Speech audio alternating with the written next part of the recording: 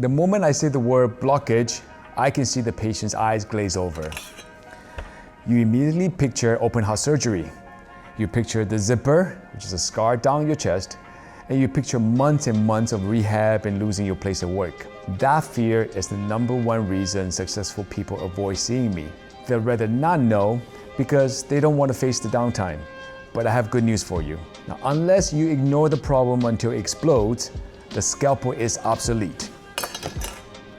We don't have to tear down the wall to fix the pipes anymore.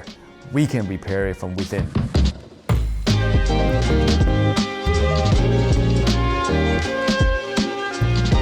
Welcome back.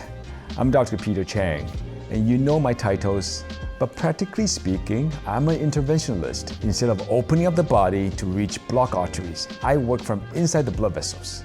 Now, using advanced imaging such as intravascular ultrasound, I can actually see the artery from inside and guide tiny instruments to physically clear the blockages. The same concept applies whether we are treating the heart, the leg, or the brain. And the best part, you are usually awake for it.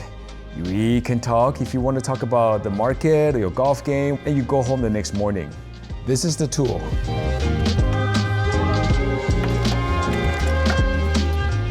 Here's the wire, and here's a balloon. Now, in the old days, we went through the groin. Now, 90% of the cases, I can go through the wrist. I make a tiny puncture, smaller than a mosquito bite, and I navigate this wire up your arm, around the shoulder, and right into the coronary arteries. And you can watch the whole journey on an X-ray monitor. It's not surgery, it's navigation. Now, treatment doesn't stop at clearing the blockages.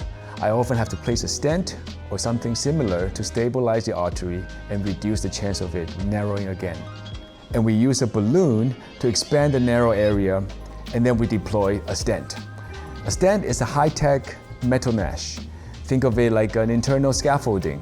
It locks into the artery wall and stays there forever. The effect is instant. The moment that stent opens, blood flow returns. The oxygen comes back, the heart muscle is safe.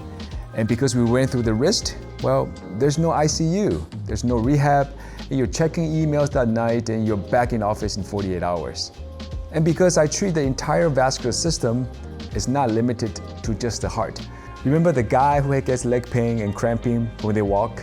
Well, when leg arteries become severely narrowed by calcium buildup, we use many of the same advanced tools to carefully break through the blockage and restore blood flow to the foot. In many cases, we can save a leg from amputation just as effectively and as urgently as we do for heart attack.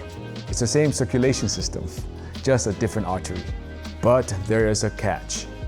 I can only do this if you give me a live patient to work on. I can open a pipe, but I cannot bring a dead muscle back to life. So if you wait until you have a massive cardiac arrest, the tissue dies.